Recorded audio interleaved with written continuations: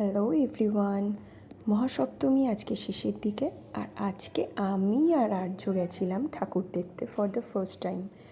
প্রথমে ঠিক হয়েছিল আমার অফিস কলিগদের সাথে, কিন্তু সেটা ক্যান্সেল হয়ে যাওয়াতে আমি ভাবলাম যে আমি নিজেই আর্যকে ঘুরিয়ে দেখাই আজকে। তো এইটা ফার্স্ট আমরা গেছিলাম 41 পল্লী, যেটা হরিদেবপুরে আছে। খুবই সুন্দর এদের কনসেপশন ছিল, আর ঠাকুরটাও ভীষণ সুন্দর হয়েছিল, তোমরা দেখো। আর তারপরে আমরা চলে গেছিলাম কাছাকাছি বিবেকানন্দ স্পোর্টিং ক্লাবে। সেখানেও প্যান্ডেলটা আমার বেশ ভালো লেগেছে, ঠাকুরটাও খুব সুন্দর ছিল। তারপরে গেছিলাম আমরা অজেয় সংহতি। আমরা যখনই হরিদেবপুর যাই এই তিনটে প্যান্ডেল আমরা অবশ্যই ভিজিট করি, যেখানে ঠাকুর প্যান্ডেল সবই খুব সুন্দর লাগে। তারপরেই এক লাফে আমরা বাস ধরে চলে গেছিলাম সোজা কালীঘাট। কালীঘাটে কিন্তু আমরা চেতলা দেখিনি, চেতলার ভিড়টা আমি সহ্য করতে পারতাম না বাচ্চা নিয়ে। তো আমরা কালীঘাটে বেশ কয়েকটা ভালো ভালো ফটো তুলেছি, দেখতেই পাচ্ছ।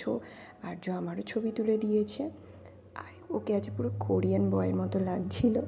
তো আমরা ওখান থেকে দেখেছি বালিগঞ্জ কালচারাল, সমাজসেবী সংঘ, ত্রিধারার ভিড়টা আমরা ঠিক হ্যান্ডেল করতে পারবো না বলে ফেরত এসেছি।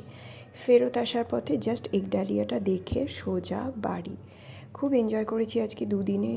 কোল্ড ড্রিঙ্কস, লেবুর জল সমানে চলেছে। বাকি দিনগুলো সবার ভালো কাটুক, আনন্দে কাটুক।